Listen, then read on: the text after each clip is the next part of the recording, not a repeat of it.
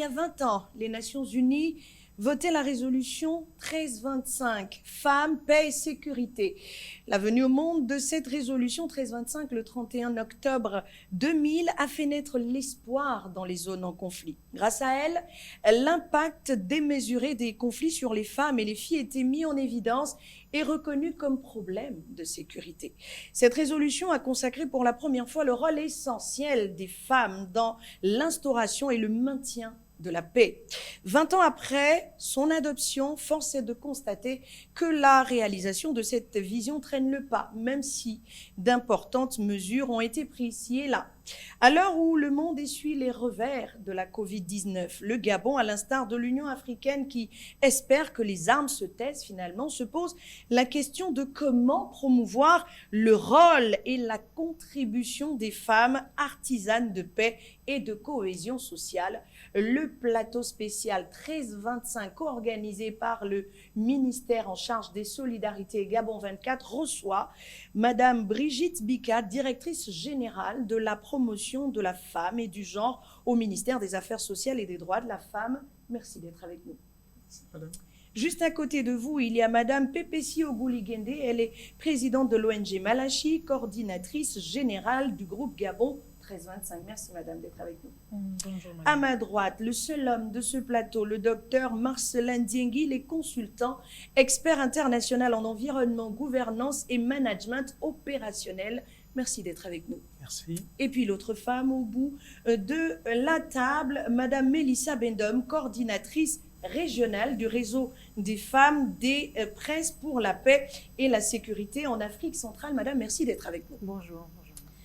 Bonjour. La précision est de taille. Oui, le Gabon est le 26e pays africain à avoir adopté un plan d'action national de la mise en œuvre de la résolution 1325. Ça, vous le saurez durant cette émission. Nous allons parler de cela, mais avant que d'entrer dans le vif du sujet, il faut préciser que Gabon 24 et le ministère organisent ce plateau pour mieux édifier les populations sur ce qu'est véritablement la 1325 et le plan national qui en découle. Madame Pepesi Ogouligende, je me retourne tout de suite vers vous. Beaucoup de gens en parlent. 1325, c'est devenu une mode dans les discours de plusieurs personnes, mais peu connaissent véritablement ce que c'est. Qu'est-ce que la 1325, si vous nous la présentiez, cette résolution? Merci. Permettez-moi déjà de remercier le ministre en charge des droits des femmes pour cette opportunité. Le système des Nations Unies, l'Union africaine, la CEAC et l'ambassade des États-Unis qui ne ménagent pas leurs efforts pour accompagner vraiment la mise en œuvre de cette résolution 1325 au niveau du Gabon. Cette résolution a ceci de particulier que c'était la première fois. D'abord, elle a été adoptée à l'unanimité par tous les pays et c'était la première fois qu'on reconnaissait le rôle crucial des femmes et que désormais les femmes doivent être impliquées dans tous les processus de paix, qu'il s'agisse dans les domaines de prévention, parce que cette résolution nous parle également de la prévention, de la participation, de la protection et de la promotion de la paix. Donc, à partir de du 31 octobre 2000, les femmes ont été associées. Au niveau du Gabon, on peut citer déjà comme exemple la participation des femmes aux missions de maintien de la paix au niveau de la RCA, c'est le premier pays en Afrique centrale. Au niveau du classement de l'Institut Georgetown en termes de femmes, paix et sécurité, le Gabon occupe la première place au niveau de l'Afrique centrale, devant le Rwanda, contrairement à ce qui se dit dans l'opinion publique. C'est un partage également d'expérience. Donc, le Gabon a participé à la validation du plan d'action régional de la 1325. Et au cours de cette activité, j'ai pu prendre part, nous nous sommes rendus compte que le Gabon avait énormément organisé ou mis en œuvre cette résolution, notamment dans le domaine de la participation des femmes. On se rend bien compte qu'aujourd'hui, les femmes sont très présentes dans les sphères décisionnelles. Donc, la 1325, c'est tout simplement la prise en compte des droits des femmes. L'objectif était d'atteindre vraiment l'égalité des droits entre hommes et femmes. Donc, la question de la paix, parce qu'on s'était rendu compte qu'il y avait des domaines qui étaient réservés aux hommes. Les femmes sont les premières victimes des conflits. Il faut préciser que nous avons essentiellement deux types de conflits, les conflits latents et les conflits armés. Ça veut dire que la paix n'est pas l'absence de guerre. Ce n'est pas parce qu'un pays n'est pas en conflit armé que les questions de paix, si, justement, parce que dans les éléments structurels des conflits, la pauvreté, le chômage, les marginalisations, les discriminations, ce sont ces éléments qui alimentent les conflits, et les femmes représentent la majorité de la population. Donc, si on ne résout pas les problèmes d'accès aux services sociaux de base, si on ne résout pas les problèmes de discrimination, on continue à alimenter ces éléments, et le conflit peut passer du conflit latent au conflit armé. Et peut-être pour terminer, on va illustrer la crise post-électorale. On ne se rend pas compte aussi des conséquences des familles monoparentales. Au cours de cette crise, nous avons vu de nombreux jeunes qui se sont retrouvés dans la rue, et lorsque nous avons mené une enquête auprès des femmes, elles ont avoué qu'il y avait un problème d'autorité. Elles ne pouvaient pas maîtriser les enfants, et les enfants se sont retrouvés dans la rue. Donc on voit combien de fois les femmes jouent un rôle important, et elles ont besoin vraiment d'être accompagnées. Et lors de la phase citoyenne du dialogue politique, les femmes se sont rapprochées du système des Nations Unies, notamment de l'UNOCA, pour faire le plaidoyer pour qu'elles soient présentes au niveau du dialogue. Et il y a eu cette phase citoyenne qui a connu une participation massive des femmes qui se sont impliquées pour mettre en exergue leurs besoins, leurs attentes, pour qu'on puisse effectivement prévenir les conflits armés. Ça fait beaucoup d'informations à ingurgiter, Madame Pepesi Ogouligende, mais ma question, elle est entière. À quoi ça sert, la 1325, dans un pays comme le Gabon, où véritablement on n'a jamais connu la guerre? Docteur Marcellin. Merci. En réalité, comme cela a été dit, la résolution 1325 vient concrétiser, sinon donner une suite à l'universalité que l'on a au niveau des droits de la personne. Donc l'égalité homme-femme, pour pouvoir les concrétiser, en fait, on se rend compte que le rôle que la femme a dans toute la sphère de la société, il est question de pouvoir, lui, en définir les rôles et les responsabilités. Donc cela a été dit par le monde. Oui, mais loin de ce qu'elle a déjà dit, qu'est-ce que vous pouvez nous dire concrètement, vous? Dans le cadre du Gabon, justement, elle a dit, le fait qu'on n'ait pas justement de conflit, lorsqu'on est en situation de paix, cela ne veut pas dire qu'il n'y a pas d'alternative qui soit négative. Donc, par rapport au rôle de la femme, il est question, à travers cette résolution, de pouvoir aller vers le développement. C'est une question de développement. Ce dont il est fait allusion dans la 1325, c'est notamment les liens avec le développement durable. Vous avez les liens avec les objectifs pour le développement durable, notamment les objectifs 5, 13 sur les changements climatiques, 5 sur la paix et l'égalité, et 13 sur la justice sociale. Donc, c'est lorsqu'on a atteint l'équité, lorsqu'on a atteint la justice pour tous, qu'on est capable de pouvoir atteindre le développement. Donc c'est une question de développement. Ce n'est pas simplement une question de conflit. D'accord. Et ce développement, la 1325 l'a bien circonscrit, et on sait exactement les domaines d'intervention. Pleinement circonscrit, et les différentes étapes en fait, qui ont été circonscrites et présentées antérieurement, notamment avoir une participation qui soit inclusive pour l'ensemble des acteurs, et notamment la femme et la jeune fille, avoir des mécanismes qui permettent d'assurer la protection, avoir des mécanismes qui vont permettre d'assurer la prévention, et des mécanismes en situation de conflit qui vont permettre d'assurer la restauration, l'établissement. D'accord. Donc les domaines sont suffisamment circonscrits. Et dans le cas particulier du Gabon, ce qui a été fait, c'est que le Gabon a une particularité de par son effet avant-gardiste justement sur les aspects changement climatique, inclusion, autonomisation. Le Gabon, à la différence des autres pays, a mis en avant, en valeur ces aspects sur lesquels elle a des acquis. Merci beaucoup, Madame Bicard. L'opportunité vous est donnée de nous parler de cette collaboration Conseil de sécurité des Nations Unies, ministère dont vous êtes le représentant sur le plateau aujourd'hui. On parle de cette résolution 1325 comme la résolution qui vient révolutionner la prise en charge même par les femmes elles-mêmes de leurs droits en matière de paix, de sécurité, et leur participation dans la paix justement et la sécurité à travers les conflits qui se passent dans le monde. Comment ça se passe au niveau du ministère? Comment vous avez accueilli et comment vous parvenez à mettre en musique cette résolution 1325? Le Gabon était déjà dans le cadre de la mise en œuvre, malgré le fait que le plan d'action soit intervenu plus tard. Mais permettez-moi de profiter de ce plateau pour sans être féministe, je ne voudrais pas le plaisir de dire sur ce plateau que une femme est à l'initiative de la 1325. Il ne faudrait pas qu'on l'oublie. C'est donc le ministre namibien des Affaires féminines qui avait eu l'idée de de proposer cette résolution. Alors que ce pays, la Namibie, assurait la présidence du Conseil de sécurité des Nations Unies. Donc c'est une initiative d'une femme.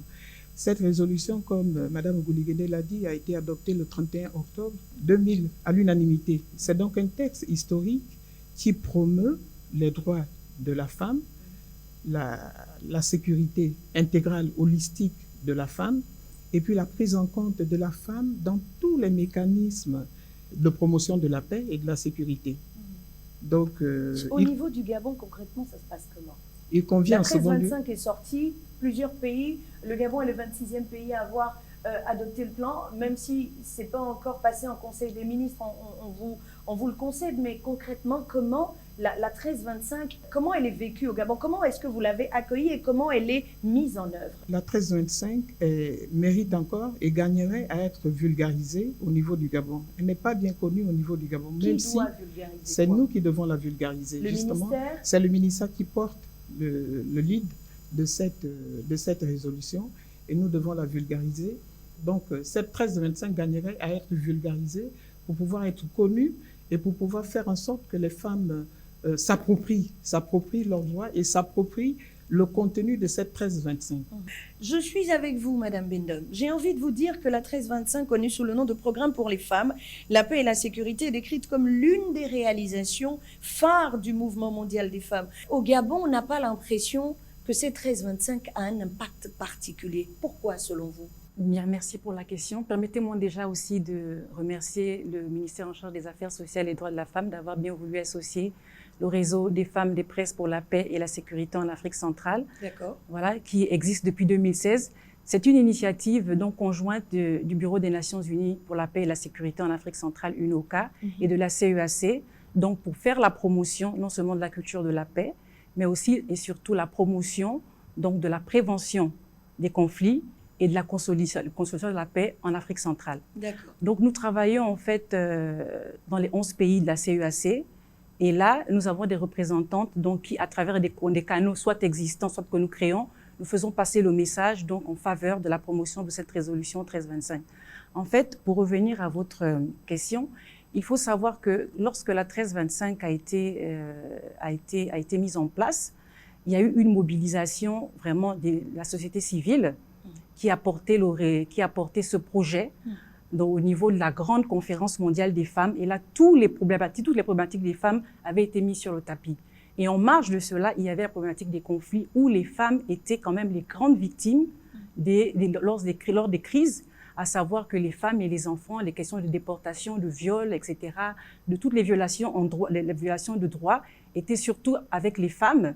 Et donc, c'est ce qui a fait en sorte que les femmes se sont dit à un moment donné, nous sommes les victimes et lorsqu'il y a les processus de paix, lorsque les décideurs se retrouvent, nous sommes en marge.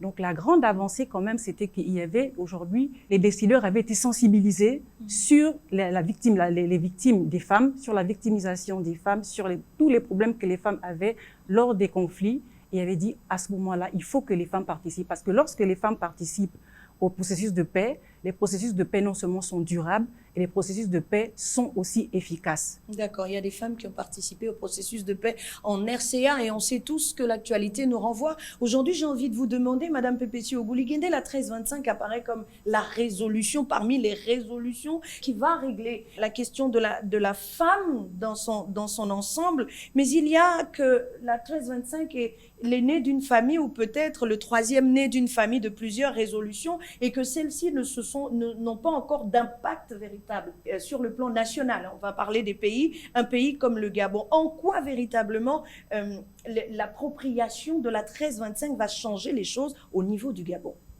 On peut dire qu'il y a déjà eu de gros changements. Le plan d'action décennal de l'autonomisation de la femme gabonaise concourt à la mise en œuvre les 33 mesures de rapport de la Fondation Sylvia Bongo, de lutte absolument concours, parce qu'on a parlé de participation. Si on a une femme Premier ministre, si on a des femmes au Parlement, dans les postes décisionnels, c'est que nous sommes en train de mettre en œuvre le pan de la participation, la protection, la lutte contre les violences faites aux femmes. C'est-à-dire que toutes les réformes qui vont dans le sens de la prise en compte des droits des femmes contribue à la mise en œuvre de la résolution 1325. Alors, si je vous prends au mot, la 1325, en fait, c'est fabriquer une élite féminine capable de défendre les droits des autres femmes durant les conflits. Pas une élite. C'est associer toutes les femmes. Toutes les femmes au niveau local, national. Donc, c'est à tous les niveaux. C'est pas seulement au niveau de l'élite. Seulement, on considère que si les femmes sont dans les sphères décisionnelles, elles sont là où on prend des décisions. En fait, elles font partie du pouvoir.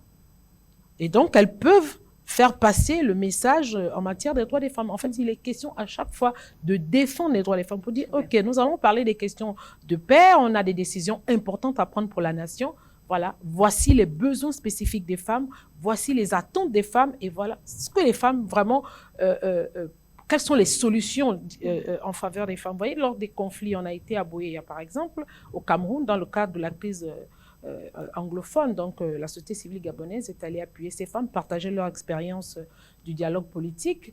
Et il y a eu le témoignage des femmes qui ne peuvent pas avoir accès aux maternités, qui sont obligées de donner naissance dans des forêts avec tous les risques que ça comporte, donc le taux de mortalité. Donc, vous voyez déjà la particularité vraiment. Mais si ces femmes-là ne discutent pas avec d'autres femmes et les pouvoirs publics, les hommes auront tendance à parler seulement du partage du pouvoir. Sauf qu'il y a, Madame Pepesi Obuligende, permettez-moi, des lois qui sont mises en place pour justement réduire les inégalités hommes-femmes. Dans tous les pays, on a une stratégie qui comporte 33 recommandations de la Fondation Sylvia Bongo Ondimba. On a encore, au niveau de la direction de la lutte contre les inégalités, de la direction même de la femme, du genre, et de la lutte contre les discriminations faites aux femmes, il y a des choses qui sont mises en place. La 1325 arrive, elle vient comme la solution. Mais qu'en est-il de ce qui est déjà mis en place? Comment on fait pour qu'il y ait un certain équilibre entre ce qui existe et ces 1325 qui apparaît comme la solution? Une véritable appropriation. On a dit la 1325 date de 2000 et vous voyez que de nombreuses réformes sont ultérieures à cette résolution. Il y a eu également d'autres résolutions et d'autres textes qui ont été pris pour promouvoir les droits des femmes. Tout le monde est unanime pour dire que il y a eu un problème d'appropriation. Ça aussi, les femmes n'ont pas... Vous voyez, les femmes sont restées dans des rôles régaliens et dans des thématiques régaliennes. Tout à l'heure, le docteur parlait des changements climatiques. En fait, à travers cette résolution, on veut faire comprendre aux femmes qu'il s'agisse des questions de paix et sécurité, qu'il s'agisse des questions des changements climatiques. C'est-à-dire qu'on donne l'opportunité aux femmes parce qu'on sait que les éléments structurels des conflits partent de la base. Donc, il faut que cette femme, quel que soit son positionnement, ait l'opportunité de s'exprimer. Et là, il faut qu'elle prenne place à table. Et l'un des problèmes qu'on a relevé, c'est le manque d'appropriation des femmes et le manque de formation. Parce que lorsque vous prenez part à ce genre de débat, il faut avoir de l'argumentaire. D'abord, déjà, les hommes ont une attitude vraiment de domination. Et prendre à leur donner, mesdames. Non, ce sont les constructions sociales. Là, nous sommes quand même dans un environnement où il y a eu des constructions, des pratiques culturelles qui disaient que la femme... malheureusement pas réglées encore dans elles sont en train d'être réglées. Aujourd'hui, on a des femmes chefs de village, on a des femmes chefs coutumiers. Ça, c'était des choses qui n'existaient pas il y a 30 ans ou 20 ans. Donc, les choses évoluent, mais il faut que les femmes soient formées. Et là, on est en train de mettre en œuvre, et ce sont les recommandations des Nations Unies, qu'il y ait davantage de femmes médiatrices qui soient formées, des femmes négociatrices, parce qu'il s'agit vraiment de négociation pour pouvoir obtenir, l'objectif c'est d'obtenir justement encore des gains. Et là, vous avez parlé du coronavirus qui nous a fait perdre près de 10 années en termes d'avancée de capital humain, et la pauvreté va s'accroître. Donc, si on dit plus de pauvres, ça veut dire plus de femmes. De nombreuses femmes étaient dans le secteur informel. Elles ont été touchées par la crise du coronavirus. Et par rapport à l'initiative de l'Union africaine sur faire taire les armes d'ici 2020, c'était aussi de mettre en exergue qu'aujourd'hui, nous assistons à des nouvelles formes de conflits. Autrefois, lorsqu'on parlait de guerre, c'était un pays qui annexait un autre. Aujourd'hui, l'insécurité, les conflits sont internes. On parle du terrorisme, on parle de l'intégrisme violent. Et dans le Wallentam, aujourd'hui, on subit les frasques de la crise anglophone parce qu'il y a la migration des populations. Donc, nous sommes en plus, le Gabon, dans un environnement où les pays les frères connaissent vraiment des conflits internes ou armés et nous ne sommes pas à l'abri. Le Gabon participe aux missions de maintien de la paix En RCA, en RCA. Donc, de façon indirecte, nous sommes vraiment impactés. D'accord, mais Voilà. comment justement on se l'approprie? Madame Bika, vous qui êtes maître d'ouvrage, on va le dire comme ça, c'est vous qui avez la responsabilité de vulgariser cette loi. Vous l'aviez déjà dit dans votre propos liminaire, mais comment on fait pour vulgariser, pour que la femme qui est à l'EPACA, Angomo ou à Nivou, me donne 3, sache qu'elle a des droits et qu'elle peut les mettre en avant?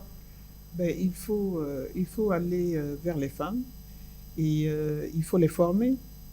Il faut les sensibiliser. Je dis, la sensibilisation doit être permanente. D'accord, on a sensibilisé, Oui. Madame Bika. Oui. On a sensibilisé, on ne fait que ça. Mhm. On est au niveau de la 1325 qui nécessite d'être vulgarisé au niveau national. Puisqu'il y a un plan d'action dont on parlera en seconde partie, comment on fait justement pour que les femmes se l'approprient, ces 1325? Oui, vous avez dit tout à l'heure, c'est d'ailleurs un document très très pertinent que Madame la Première Dame vient de publier avec les 33 recommandations y relatives.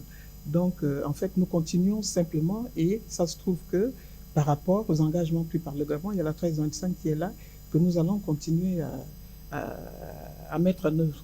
D'accord. La 1325, docteur Marcellin, ce n'est pas que l'affaire des zones en conflit, on l'a compris. C'est aussi prévenir. Mais on prévient comment? Quand on sait que l'information est plus fluide dans les grandes villes plutôt qu'à l'intérieur du pays. Madame Bika n'a pas voulu s'engouffrer dans ça, mais comment on fait, vous, en tant qu'expert, vous qui avez la latitude de rencontrer toutes les parties prenantes, qu'est-ce qu'on dit? Quelles propositions on fait? Alors, s'agissant donc de la prévention, le premier principe, le plus souvent qu'on va utiliser, c'est le principe de précaution. Lorsqu'on n'a pas suffisamment de connaissances sur un phénomène, mais la décision que l'on prend, c'est de pouvoir ne pas agir. S'agissant de la 1325. Sur la 1325, c'est de ne pas pouvoir agir, mais d'agir en connaissance d'eux. Donc, sur la 1325, en matière de prévention, il y a donc un réseau d'acteurs qui va pouvoir apporter de l'information. Et les réseaux d'acteurs, des catégories d'acteurs qui existent, les acteurs étatiques, la société civile, le secteur privé, les collectivités locales, les communautés, l'ensemble de ces réseaux, d'une manière ou d'une autre, sont porteurs de l'information. Et donc, à un moment donné, cette information est consolidée et agrégée et permet à un moment donné de prendre conscience, et ça a été dit, dans les conflits, on va avoir des conflits latents ou des conflits qui sont ouverts, qui éclatent. Donc, en termes de précaution, on va pouvoir être à l'orée d'un conflit potentiel. Donc, les mécanismes de prévention existent, et donc dans le cadre de la 1325, et ça a été dit, avant même qu'on ait le plan d'action, en fait, ce qui a été plus ou moins fait. Le dialogue social, le grand dialogue qui a été... Et le Gabon a une coutume, en fait, de dialogue de par ses, oui, de mais par ses on dirigeants. a dialogué, là. Il y a toujours des Voilà. inégalités s'agissant des femmes. Comment on fait pour régler la question? Et la question, donc, des inégalités, en fait, les inégalités au niveau des femmes, vous pouvez les avoir à la fois des inégalités sur le sexe, mais il y a aussi des inégalités sexistes. Donc, l'ensemble de ces inégalités, en fait, pour pouvoir les réduire, il est question de les réduire, hein, pas de les éliminer. On est d'accord. Il est question de les réduire. Donc, Comment? Donc, pour pouvoir les réduire, justement, c'est à travers l'autonomisation et l'inclusion, la participation de la femme. Parce qu'en fait, la résolution 1325, ce qu'elle dit, c'est que dorénavant, la femme, on ne la met pas de côté. La femme est un acteur majeur. Elle est impactée dans le cadre des conflits. Il faudrait qu'elle soit la clé, la solution. Ça, c'est ce que dit la résolution 1325. Et au Gabon, c'est le cas. C'est appliqué. Dans les faits, c'est Dans les faits, appliqué c'est au Gabon. appliqué. On a eu des femmes à la médiature, on a eu des institutions qui étaient mises en place. On dit la femme, il faut qu'elle soit dans les grandes instances de prise de décision. Au Gabon, ça se vit. D'accord. On a une femme Premier ministre. Au D'accord. Gabon, ça se vit. Est-ce que ça se limite à avoir des femmes à des postes clés? Vous y avez déjà répondu. Comment promouvoir le rôle et la contribution des femmes artisanes de paix et de cohésion sociale, Madame Bendom? On referme cette première partie avec cette question fondamentale. Très bien. C'est une question très pertinente, étant donné que, tout à l'heure, Madame Bika l'a dit, la vulgarisation vraiment fait partie d'un outil important pour vraiment intégrer les femmes dans la promotion et faire des femmes les artisanes de la paix. Les artisanes de la paix, comment en faire les artisanes de la paix, c'est d'abord, comme il a dit, autonomiser les femmes. Parce que si les femmes sont autonomes, si les femmes sont indépendantes, elles deviennent systématiquement, puisque nous avons une culture de paix, nous avons une culture en Afrique, chez nous, où les femmes ont un rôle central au niveau des familles. Tout commence au niveau des familles. Quand dans les familles, il y a la paix, quand dans les familles, il y a à manger, la paix se traduit dans les quartiers. Aujourd'hui, nous avons des femmes chefs de quartier, nous avons des femmes chefs de village, nous avons des femmes chefs de regroupement. Est-ce que ça suffit pour autonomiser la femme? La preuve, le 8 mars de chaque année, le monde s'arrête pour parler de l'autonomisation. La prise en compte de leurs droits, qu'est-ce qu'il faut concrètement pour promouvoir justement vos propositions? Nos propositions pour le promouvoir, eh bien, c'est, comme on l'a dit tout à l'heure, on continue de sensibiliser. Et l'outil de la 1325 est important parce qu'il met les femmes au centre des instances décisionnelles. Et par exemple, nous faisons le plaidoyer pour plus de femmes à l'Assemblée nationale. Aujourd'hui, le Gabon a perdu encore des places, puisque avant la précédente mandature, on atteignait 30%. Aujourd'hui, nous sommes descendus à moins de 20%. Il faut que les femmes soient davantage... l'engouement, l'enthousiasme des femmes. Je pense que les femmes elles-mêmes, voilà pourquoi justement il faut que la 1325 soit beaucoup plus vulgarisée pour intégrer les femmes, pour les rendre sensibles elles-mêmes à leurs propres droits. Voilà qui est dit. On referme cette première partie seulement si vous n'avez rien à rajouter pour refermer la première partie, puisque dans la seconde partie, nous parlerons du plan d'action national en rapport justement avec la 1325, Madame Bika. Je voudrais simplement rendre à César ce qui est à César. Et profitant du fait que sur le plateau, il y a 2 femmes de la société civile, de remercier la société civile d'avoir accompagné le ministère des droits de la femme dans cette entreprise. Il faut dire que la société civile, dans les États partis, a été au centre de la mise de la 1325, dans la mesure où c'est la société civile quand même qui a dynamisé, qui a initié, qui a catalysé, qui a dynamisé la mise en place dans tous les pays, dans tous les États partis des plans d'action dans chacun de ces pays-là. Donc, je voudrais quand même dire grand merci au nom de Madame le ministre à la société civile de nous avoir accompagnés dans cette entreprise. D'accord, la société civile gabonaise qui est vraiment au cœur de l'autonomisation de la femme, mais pas seulement, de l'appropriation de leurs droits également. On marque une pause pour cette première partie, la 1325 en discussion. Le plan d'action national, ce sera dans la seconde partie. Restez avec nous sur Gabon 24.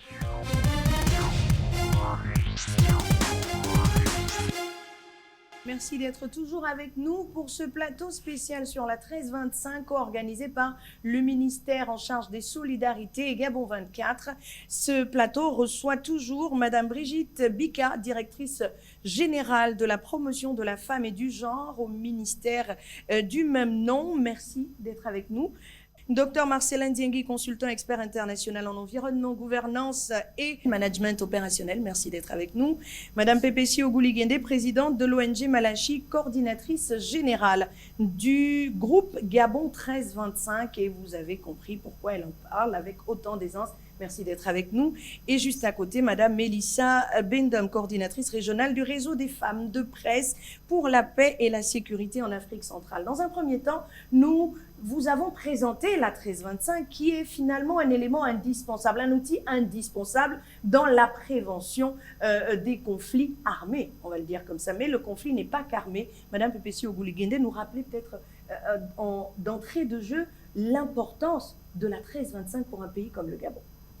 L'importance de la 1325 s'inscrit déjà dans le pilier de la prévention. En fait, chaque pays doit veiller à ce qu'il ne bascule pas en conflit armé. Et lors de ma formation à La Haye en tant que médiatrice de paix de l'Union africaine, on nous a décliné les piliers du pouvoir, qui sont en premier, le premier pilier, c'est la bureaucratie, donc l'administration. Mais le deuxième pilier, c'est l'obéissance civile. Donc l'obéissance civile, ce sont les femmes qui sont majoritaires, ce sont les jeunes. Donc nous avons intérêt à préserver vraiment cette obéissance civile et la 1325 est un des outils pour justement ne pas basculer en conflit armé. 1325 qui est donc la continuité de Beijing en 1995, Absolument. où la société civile a marqué le pas pour dire ça suffit, les femmes ont des droits, il faut que tout le monde s'accorde autour de ces droits. Docteur Marcellin, vous êtes avec nous. Il y a que la 1325 a mis au monde, on va le dire comme ça, des plans nationaux.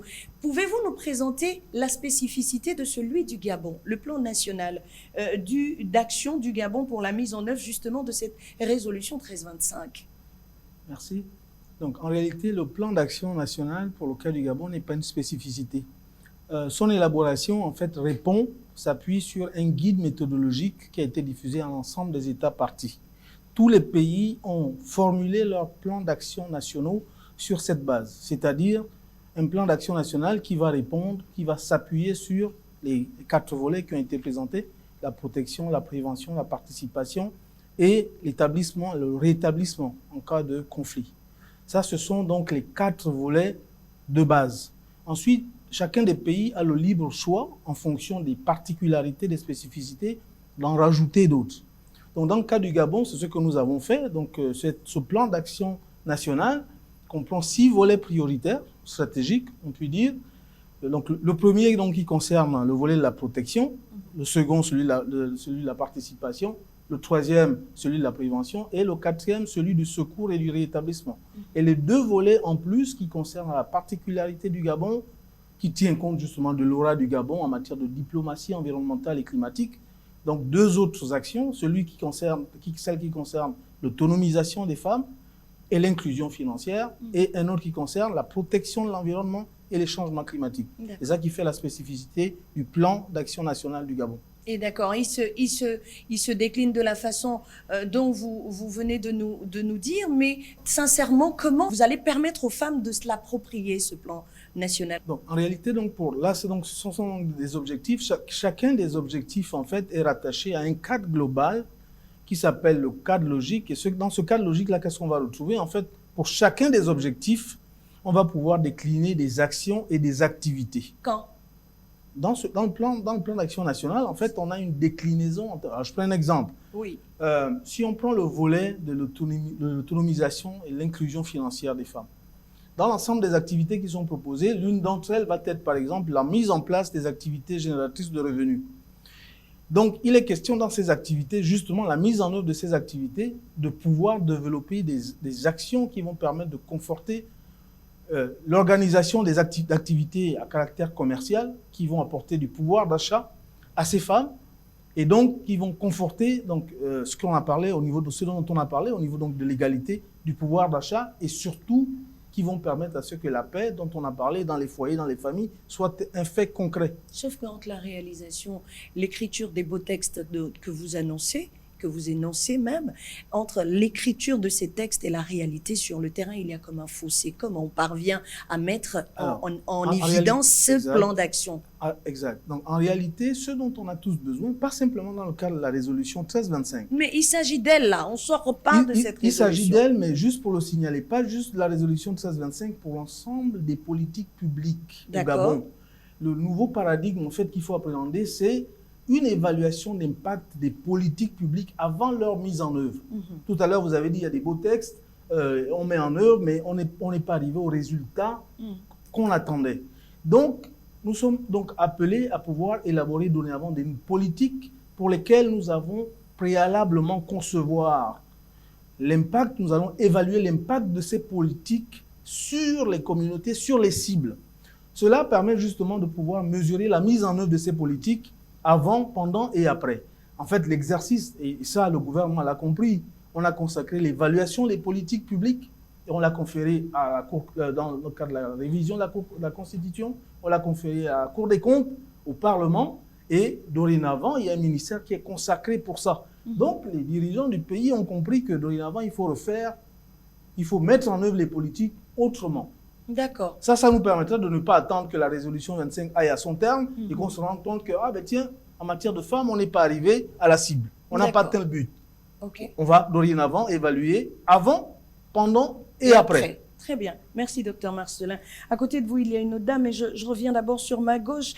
J'ai besoin de vous rappeler à tous, téléspectateurs y compris, que dans son projet Gabon émergent, le chef de l'État, Ali Bongo Ondimba, a décidé que la paix ne soit pas qu'une vue de l'esprit. Ça, tout le monde le sait. Elle se matérialise à travers une ambition, 3 priorités, 15 engagements et 60 actions. La priorité numéro 1 est la paix. L'engagement numéro 1, le maintien du Gabon en paix et en sécurité. Et les 2 premières actions, la première, donc le renforcement du dialogue interculturel, le renforcement de la coopération régionale et action de maintien de la paix. Permettez-moi de comprendre. Madame Ogoligende l'a dit, il y a que cette 1325 est véritablement l'aboutissement, sinon la suite logique de ce qui s'est passé à Beijing avec le réveil des femmes. Mais aujourd'hui, au Gabon, les problèmes ont les mêmes noms. Inappropriation par les cibles de ce qui est mis en place. Madame Bika, je m'arrête au niveau du ministère que vous représentez sur le plateau. Il y a des actions. On ne dit pas qu'il y avait une terre fertile, une terre vierge, et la 1325 est arrivée. On dit qu'il y avait déjà des choses qui étaient mises en place, mais qui n'étaient véritablement pas prises en compte, en charge par les femmes elles-mêmes. Aujourd'hui, comment on fait pour que ce plan d'action mis en place soit l'affaire de toutes les femmes et non pas seulement du Premier ministre qui est une femme, du président du Sénat, du président de la Cour constitutionnelle qui est une autre femme et une femme qui a d'ailleurs une valeur sur la place internationale. Comment on fait justement pour que les femmes s'approprient ce plan d'action? Oui, je pense que nous avons la chance aujourd'hui d'avoir Madame Lendko qui fait vraiment de la problématique des droits de la femme son cheval de bataille. Nous sommes en train de mettre en œuvre la formation des femmes, y compris dans l'arrière-pays, pour pouvoir faire en sorte qu'elles puissent créer des activités génératrices de revenus. En passant par quoi? En passant par les formations. Ça rentre toujours dans le cadre de l'autonomisation dont on parle dans la résolution 1325. Il y a en ce moment un projet de loi spécifique qui est sur la table du gouvernement qui rentre aussi dans le cadre de la 1325. Il y a, vous avez parlé de Beijing, alors il y a la mise en œuvre du plan d'action de Beijing et puis la 1325 promeut aussi la protection. On a parlé des 4 piliers qui sont donc la protection, la prévention, la participation et la promotion. Dans le cadre de la prévention et de la protection, Madame le ministre en ce moment se bat de toutes ses forces pour pouvoir ouvrir un centre d'accueil pour les femmes. D'accord. Ce sera la solution à tous les problèmes que non, les femmes ce ne gabonaises sera pas. connaissent. Ça concerne spécifiquement les violences. D'accord. Les violences basées sur le genre. D'accord. Les violences faites aux femmes. D'accord. Alors, pour ce qui concerne, je pense que vous avez reposé la question sur le problème de vulgarisation, y compris dans l'arrière-pays. En ce moment, il y a des activités qui sont faites, des missions qui sont faites à l'intérieur du pays pour sensibiliser les femmes. Et je n'arrêterai pas de dire qu'il y a des journées qui existent et ces journées sont célébrées. Ce ne sont pas des journées de fête, ce sont des journées pour sensibiliser la femme par rapport à ses droits, par rapport à ses droits.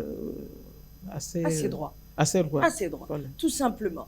Il y a que vous jouez un rôle de choix également, vous, la presse, oui, nous, la presse, jouons un rôle de choix. Madame Mélissa Bendom, vous êtes coordinatrice, je le rappelle, régionale du réseau des femmes des presses pour la paix et la sécurité en Afrique. Comment comptez-vous accompagner justement la mise en œuvre de ce plan d'action national?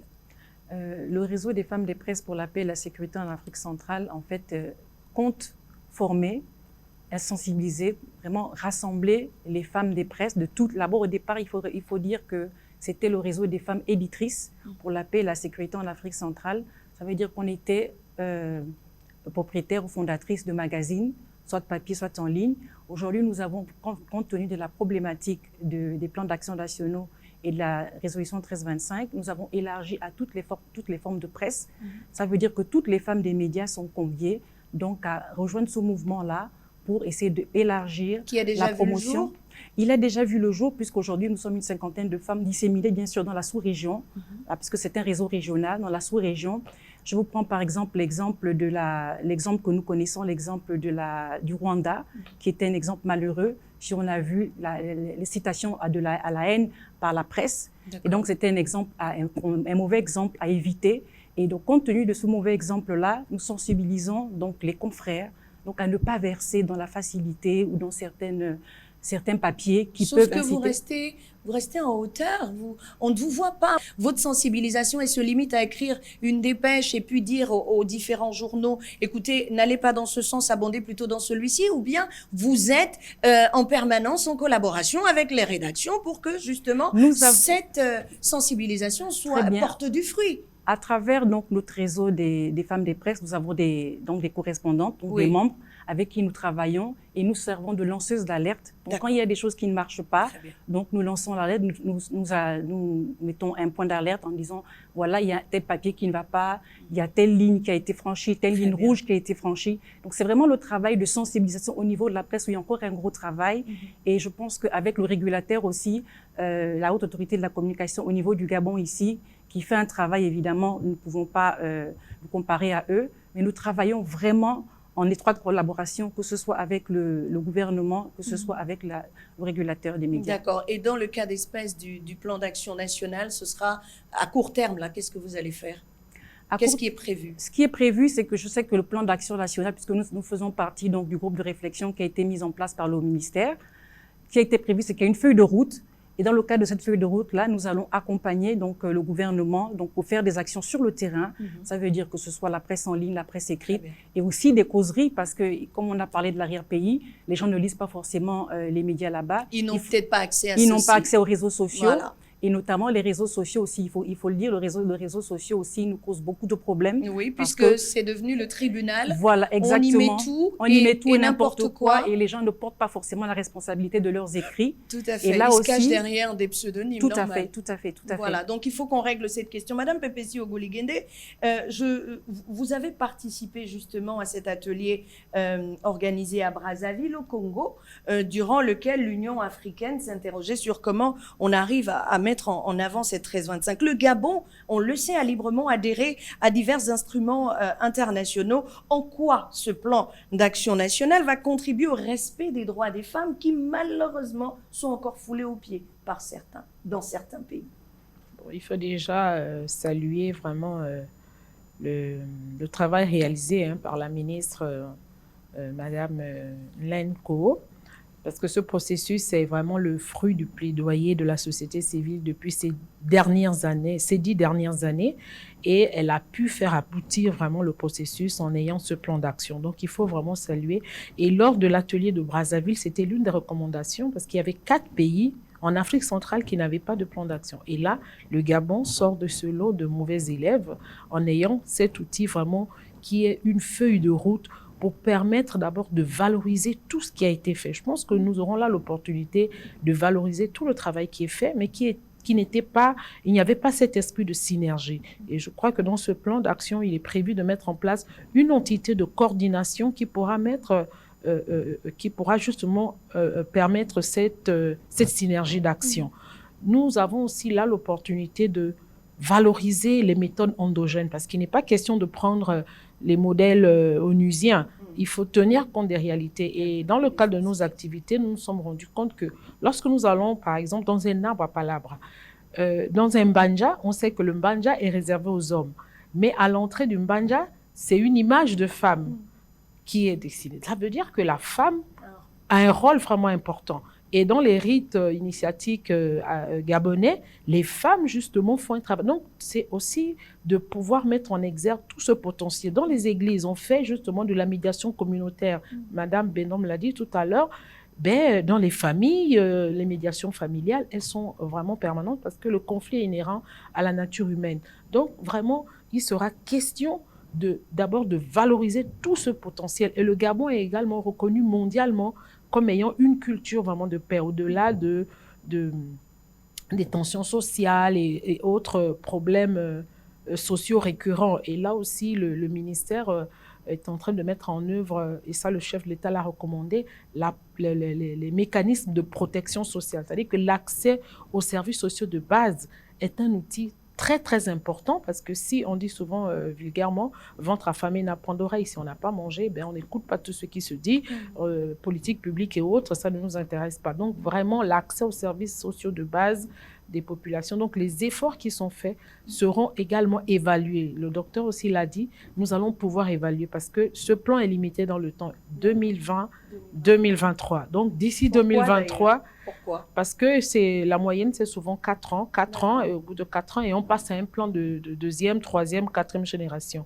Et il faut savoir que ce plan d'action, des plans d'action comme ça, il en existe dans le monde entier. On va prendre l'exemple de la France. Aucun pays n'est à l'abri. On ne pouvait pas imaginer qu'un pays de grande démocratie comme la France pouvait vivre les émeutes des Gilets jaunes. Vous voyez, les populations, à cause de ce problème d'accès aux services sociaux de base, des familles qui n'arrivaient plus à manger et tout, ont utilisé la rue vraiment pour s'exprimer. L'avantage de l'évaluation, c'est de savoir qu'on s'est aussi trompé. C'est une œuvre humaine. On peut se rendre compte qu'on a élaboré une politique publique qui ne donne pas les résultats escomptés. Soit on la revoit, soit on la supprime carrément et on prend d'autres. Voilà. Et l'un des axes de ce plan d'action national, Dr Marcellin, comprend la coordination, la promotion et la mise en œuvre de la résolution 1325 à travers la mobilisation des ressources, les partenariats durables, suivi, évaluation de ce plan. Vous l'avez déjà dit, qui va évaluer qui, quand, comment et pourquoi?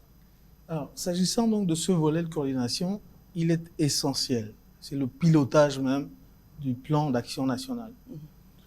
Dans le cadre de ce pilotage, et l'autre question essentielle, l'autre facteur critique, en fait, ce sont les ressources. Nous savons bien l'adéquation qu'on a entre les ressources propres, domestiques, intérieures, et les ressources extérieures qu'il faut mobiliser.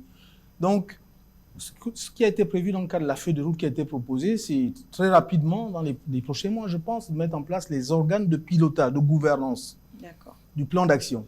Et ensuite, il reviendra donc aux responsables du dispositif de gouvernance de mener les actions qui vont permettre de pouvoir mobiliser l'ensemble de ressources.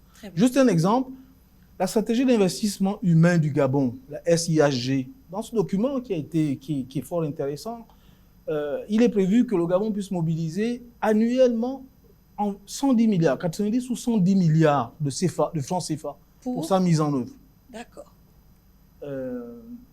Jusqu'à date, je ne pense pas que cette préconisation ait été effective. Donc, si vous ne mobilisez pas les ressources qu'il faut, tout ce qu'on a écrit dans le document, et là, on peut vous rejoindre, et l'ensemble de ces actions ne pourront pas être mises en œuvre. Mais donc, comment on fait pour régler la question? Puisqu'il y a ce plan d'action qui est là, il n'y a que, bon, les ressources ne suivent peut-être pas. Comment on fait pour arrondir les angles? Et donc, on a une marge de manœuvre pour arrondir les angles. La première chose, c'est le contexte favorable des partenaires internationaux. D'accord. C'est une convention du système des Nations Unies qui promeut donc des valeurs universelles, et l'ensemble des organisations du système des Nations Unies représentatifs au Gabon, l'UNOCA, le PNUD, l'UNICEF, l'ensemble de tous ces éléments sont favorables à accompagner le processus. L'accompagnent déjà, parce qu'on a dit qu'on n'a pas attendu la 1325 pour faire un certain nombre de choses. D'accord. Donc, ils sont disposés à accompagner le pays. Donc, il revient au ministère qui pilote, parce que dans les parties prenantes, justement, on se rend compte qu'il y a le ministère en charge du genre, de la femme,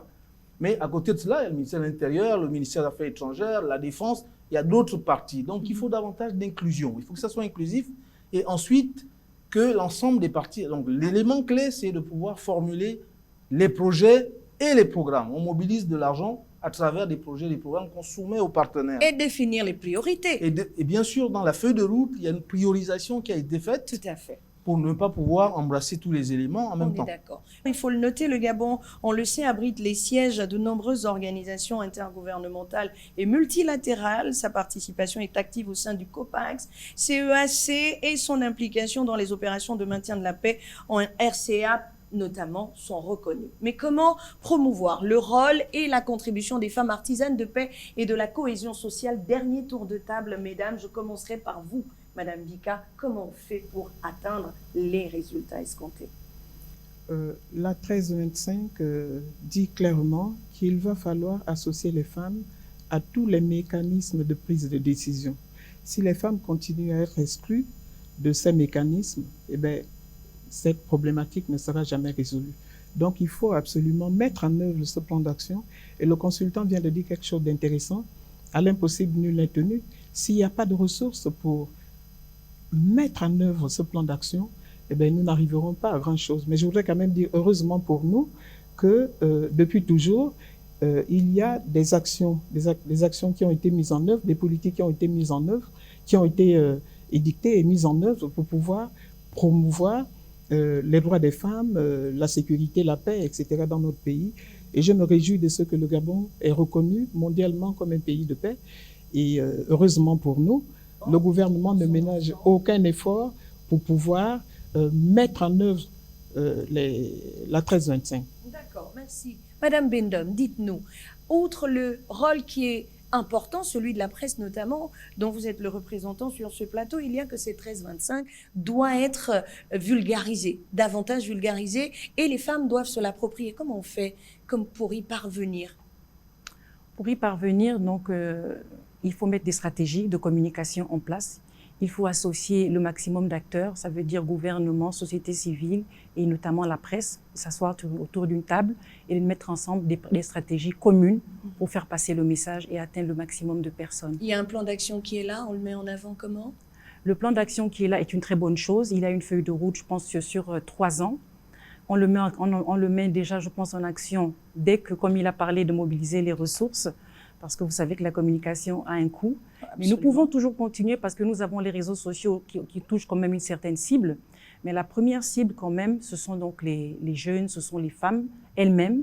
Et là, nous allons directement dans les associations féminines toucher, porter le message de la résolution 1325 à travers les ateliers de renforcement de capacité. Ça, c'est très important d'aller vers ces femmes parce que quand le réseau des femmes des presses a été mis en place, c'est parce que la résolution 1325 était une grande inconnue pour les femmes. Et donc, nous avons fait notamment une activité qui était un reportage avec un micro-trottoir ici même à Libreville il y a 2 ans.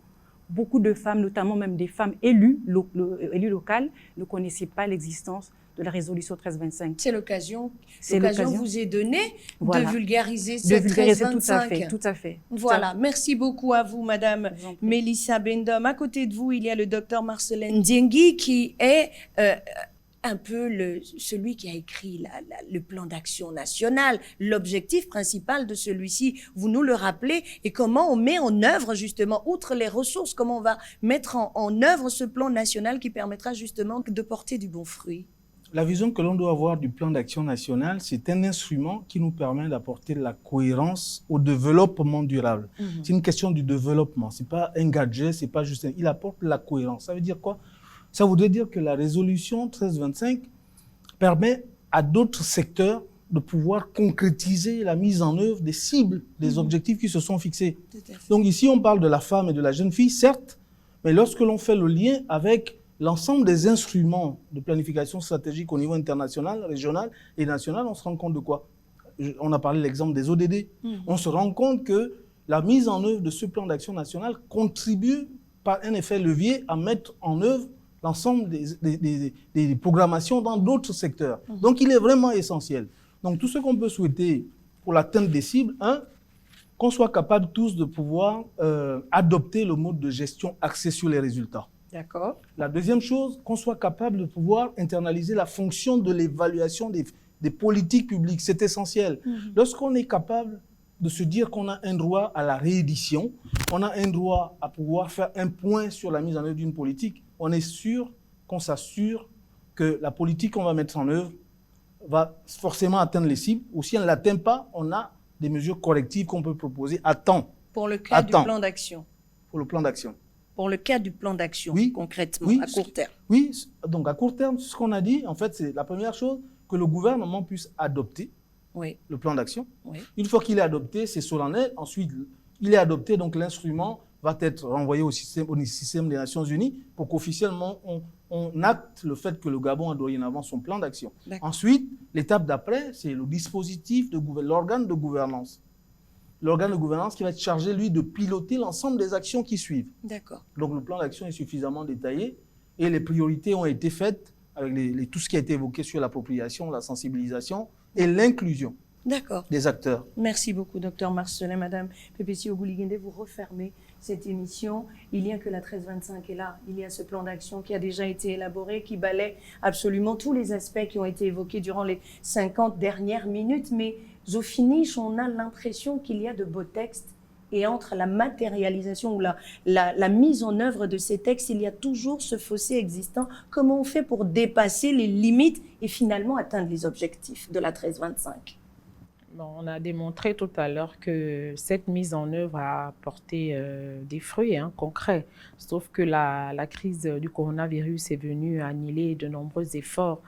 Tout simplement insister sur l'inclusion, comme les autres l'ont dit.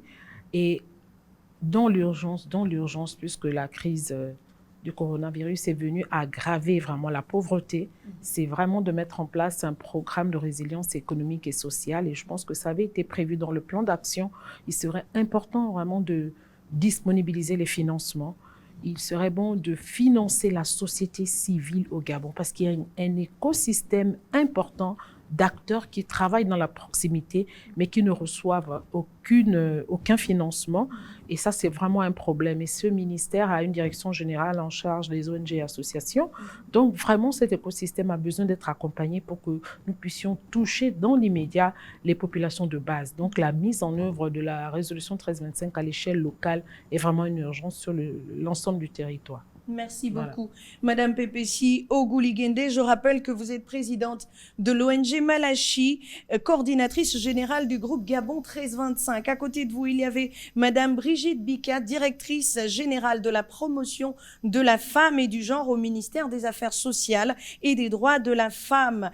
À ma droite, il y avait le docteur Marcelin Diengui, qui est lui consultant expert international en environnement, gouvernance et management organisationnel. Et puis, juste au bout de la table, Madame Mélissa Bendom, coordinatrice régionale du réseau des femmes de presse pour la paix et la sécurité en Afrique centrale. On l'a compris, la 1325 a été la première étape. Oui, Madame Ogouligende l'a dit, dans la reconnaissance à l'échelon international du fait que les femmes ont un rôle important à jouer en matière de sécurité. On n'est pas en guerre. Le Gabon n'est pas un pays en guerre, mais des conflits, il en existe toujours, même au sein des familles. C'est ce que l'on retient. La 1325 est là, nous l'approprier est désormais la prochaine étape. Le plan d'action sera sur la table du gouvernement, à lui donc de l'adopter et permettre au comité prévu de le mettre en musique pour que la femme rentre pleinement dans ses droits parce qu'elle en a. Mesdames, appropriez-vous vos droits. Voilà ce que l'on retient. Merci à vous d'avoir été avec nous. Merci au ministère des Affaires sociales qui nous a accompagnés pour cette édition spéciale qui se referme. Les programmes de Gabon 24 se poursuivent.